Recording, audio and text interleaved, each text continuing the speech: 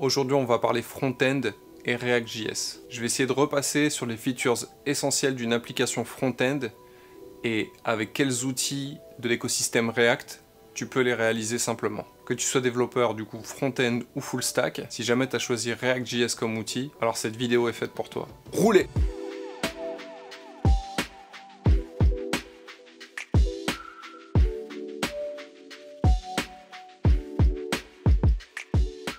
Si c'est la première fois que tu arrives ici, moi c'est Tony Go, je suis software engineer dans une boîte qui s'appelle Payfit. À côté de ça, je fais un peu d'open source et de freelancing et de la vidéo.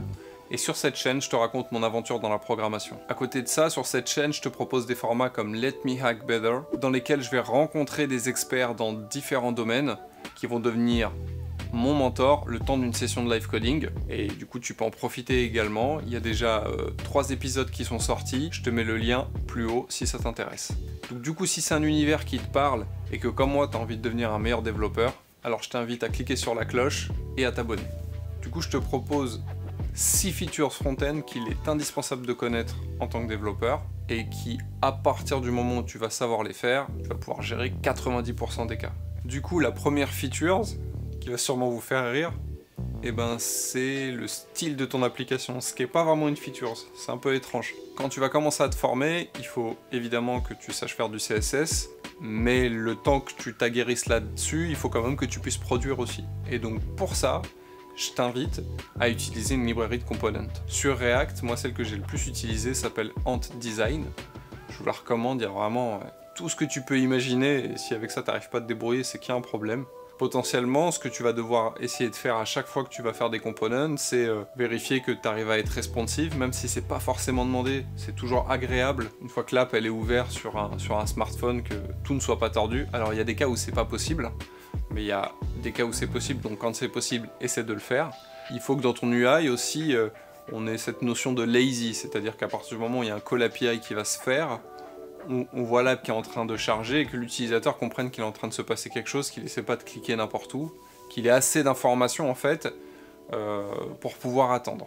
Et enfin, c'est d'essayer d'utiliser les thèmes, c'est-à-dire de définir une couleur primary, une secondary, la couleur de danger, de warning, etc. Et d'utiliser ces couleurs-là à chaque fois, plutôt que de copier-coller l'hexadécimal de ta couleur partout dans ton code, d'avoir un endroit où elle est stockée et de pouvoir du coup l'utiliser partout dans ton application. Alors, la deuxième feature, c'est les formulaires. Ça, c'est hyper important, ça revient tout le temps. C'est même le premier truc qu'il faut vraiment savoir faire. Pourquoi je t'ai parlé d'abord du design system et des librairies comme Ant Design? C'est parce qu'en général, elles te fournissent aussi des abstractions de formulaires pour pouvoir les gérer ultra simplement, sans avoir à contrôler les inputs par exemple. Donc tu as potentiellement Ant Design qui peut faire l'affaire, et tu as aussi une autre lib qui s'appelle Formic, du coup, que j'ai jamais utilisé en production, mais qui était hyper sympa à utiliser et qui n'a pas l'air de faire de grand débat. Enfin, l'autre façon de pouvoir gérer ça, c'est aussi quand même de savoir contrôler tes inputs et de pouvoir gérer tes formulaires en natif avec React. Donc aussi, quand je dis en natif, je parle avec l'API que fournit React et rien de plus. Donc tu peux le faire avec un useState ou avec un useReducer si tu as des cas un peu plus complexes. Et dans ces formulaires, ce que tu vas devoir gérer, que ce soit en natif ou avec des librairies, c'est la validation des inputs. Le fait que, si tu as un champ qui doit être un nombre, tu vérifies bien que c'est un nombre. Si tu as un champ qui doit être une string de plus de 3 caractères, que tu puisses le vérifier, etc. Si c'est un email, si c'est un password et qu'il a certains critères, il faut pouvoir gérer la validation. Le but étant que ton utilisateur ne puisse rien soumettre tant que tout ce qui est rentré soit valide. Ça économise des requêtes réseau et de l'attente. Et comme je le disais pour le point précédent, ça va être aussi de gérer l'état de chargement de tes formulaires. Donc, formulaire vide. Quand le formulaire est valide et complet, le bouton de Submit apparaît. Tu submit et à ce moment-là, tu as un chargement. Et une fois que le chargement est fini, tu peux récupérer une notification. Du coup, ça m'amène à mon point 3, qui est l'interaction avec l'API et les serveurs. Donc là, on a pris l'exemple du formulaire, c'est une parfaite transition. Tu soumets ton formulaire. Et à ce moment-là, tu as plusieurs façons d'envoyer la requête. Tu peux utiliser le fetch natif JavaScript. Donc ça, il faut savoir le faire. Et il faut aussi peut-être savoir utiliser des librairies. Pourquoi je dis les deux ? Parce que tu vas potentiellement tomber sur des cas d'API ou des cas d'application qui utilisent fetch. Et c'est bien de savoir l'utiliser parce que des fois, tu vas peut-être pouvoir utiliser que ça. Et c'est bien aussi d'utiliser une librairie type React Query, qui est franchement une librairie en or, qui est hyper simple à utiliser, parce que elle va te permettre d'avoir out of the box tout un tas de features, notamment le caching. D'avoir par exemple 2 components dans ton application qui doivent utiliser la même donnée. Tu vas pouvoir faire le call API dans le premier et dans le deuxième, le même, et il va faire que le call qu'une fois et distribuer la donnée aux deux. Je simplifie grave, mais c'est un peu ça l'idée. Petite transition avec le point 4, la gestion des erreurs. Franchement, il y a pas mal d'applications qui, quand elles crashent, te donnent des écrans blancs et t'as une erreur React qui s'affiche en grand sur ton écran. Ça, c'est pas top. Donc le but, c'est que tes components, ils puissent catcher les erreurs. Alors, tu sais que dans React, il y a 2 mondes. Il y a le monde des class components et le monde des functional components. Du coup, il y a un super article que je te mets en description qui s'appelle Error Boundaries, qui dit dans une classe comment tu peux gérer ces erreurs-là, avoir un component de fallback qui, quand il y a une erreur, va afficher « Attention, il s'est passé quelque chose ». Du coup, ce que ça va te permettre de faire, par exemple, c'est de dire « Il s'est passé une erreur, copie-colle ce message-là quand tu ouvres ton ticket ». Du coup, l'utilisateur, il sait directement ce qu'il a à faire, alors que s'il a une erreur de console un peu moche, peut-être qu'il ne saura pas le faire.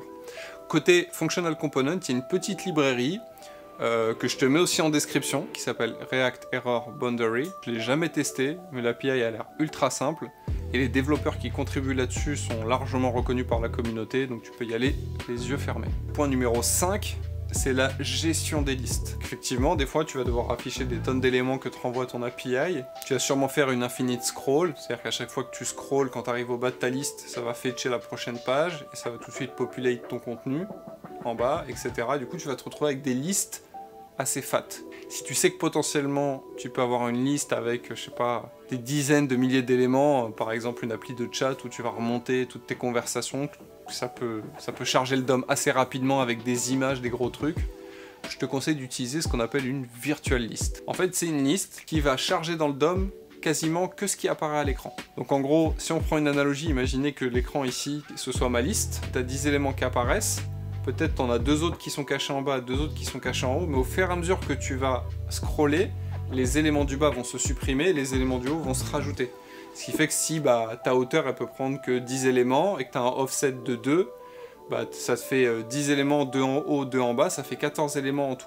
Et du coup, au terme de perf, c'est vachement cool parce que si tu as beaucoup de gros éléments, d'images, etc., tu ne vas pas te retrouver avec un DOM chargé avec, je sais pas moi, 1000 images parce que tu as 15 000 items dans ta conversation. Personnellement, je n'ai jamais développé ça moi-même. J'ai toujours utilisé différentes abstractions. La première, c'était React Virtualized. Ensuite, il y a eu React Window. Et maintenant, je ne me sers plus de ces deux-là. Je me sers de React Virtual. Le mainteneur principal, c'est le même que celui qui fait React Query. C'est une API ultra simple. Moi, je l'ai déjà testé en production. Ça marche nickel. Alors du coup, si jamais il y a une de ces librairies sur lesquelles vous voudrez que je fasse un petit crash course ou une petite introduction, n'hésitez pas à me le mettre dans les commentaires. Alors, ensuite, le 6e point, c'est ce qu'on appelle le state management. Historiquement, pour pouvoir passer de la donnée entre components sans forcément le passer par toutes les props de tous les components enfants, etc. Et pour ça, la librairie qui a été très connue et très utilisée, c'est Redux. Donc c'est important à mon avis que tu jettes un œil sur Redux. D'ailleurs je te mettrai peut-être le lien vers un talk qui était ultra intéressant sur Redux pour savoir vraiment comment l'utiliser. Peut-être je pourrais mettre le lien quelque part. Donc ça c'était une façon de faire. Historiquement c'était la façon de faire. Donc c'est important que tu le connaisses parce que si tu interviens sur une stack legacy comme on a parlé tout à l'heure, il faut quand même savoir gérer ce genre de choses là. Et c'est aussi important de savoir faire les choses en natif parce qu'aujourd'hui on a le contexte, l'API du contexte en React et on a aussi UseReducer qui peuvent nous permettre de se reconnaître un petit Redux assez facilement. Alors je sais qu'il y en a qui ont eu des problèmes niveau performance avec le contexte parce qu'il y avait beaucoup de re-render. Je pense qu'il faut essayer de mesurer tout ça. Hein. Est-ce que pour vous c'est forcément un problème? Je sais pas. Le boulot de React c'est quand même de re-render des trucs, c'est dans ça qu'il est bon. Donc il faut faire gaffe à pas trop sur-optimiser alors que vous n'avez pas encore ce besoin là. Et je sais aussi qu'il y a une librairie qui s'appelle Recoil.js pour avoir un state. Et au niveau des performances de l'update, c'était un petit peu mieux. Donc voilà. Alors 2 points bonus. Le premier point, avec les hooks de React, je t'invite à regarder tout ce qui est encapsulation. C'est-à-dire de se poser la question quand tu écris de la logique métier, est-ce qu'on peut pas la sortir dans un hook? Ce qui nous permet de séparer l'UI de la logique métier. Et dans plein de cas, tu verras que c'est assez cool de maîtriser ça. Moi, je le pratique pas mal au boulot et franchement, en termes de lisibilité, c'est génial. La deuxième chose que je t'invite bien évidemment à bosser, c'est les tests. Et pour ça, j'ai fait une petite vidéo que j'ai sortie il y a à peu près 1 mois. Et donc, je te mets le lien en haut. Du coup, j'ai abordé toutes ces problématiques-là, toutes ces features-là. Donc si toi, qu'un développeur Angular ou Vue.js, tu peux conseiller des librairies à ceux qui vont regarder cette vidéo, n'hésite pas à les mettre en commentaire. Et si parmi toutes les librairies qu'on a vues, vous voudriez un petit cours d'intro dessus, vous me dites tout ça dans les commentaires. Alors depuis le début, je parle des 90% des cases. Et c'est quoi les 10% qui restent? Et bien les 10% qui restent, ça va être les choses qui sont très spécifiques au domaine dans lequel tu travailles, aux demandes très spécifiques qui vont être faites par le produit ou par les designers. C'est des cas où voilà, là tu peux pas y couper, c'est là où il faut creuser, c'est là où il faut essayer. Donc le but c'est de pas te dire que tu peux tout couvrir avec ça, mais c'est un peu le truc de la loi de Pareto, en fait, avec 20% des efforts, tu peux faire 80% du boulot. Et c'est un petit peu le but de cette vidéo. Bien sûr, ça veut pas dire qu'il faut pas creuser, qu'il faut pas essayer de comprendre. Par exemple, un exercice que je t'invite à faire, une fois que tu as utilisé une librairie, que tu commences un peu à l'utiliser, c'est de regarder comment c'est fait derrière. Qu'est-ce qui fait que ça marche si bien, en fait. Petit exercice sympa de reverse engineering, tu clones le repo, tu essaies de runner les tests, tu essaies d'aller voir comment les tests sont faits, et ça peut être cool, ça. Alors si bien évidemment tu voudrais rajouter un petit 7 ou un petit 8 à ces 6 points, et bah fais-le dans les commentaires avec grand plaisir.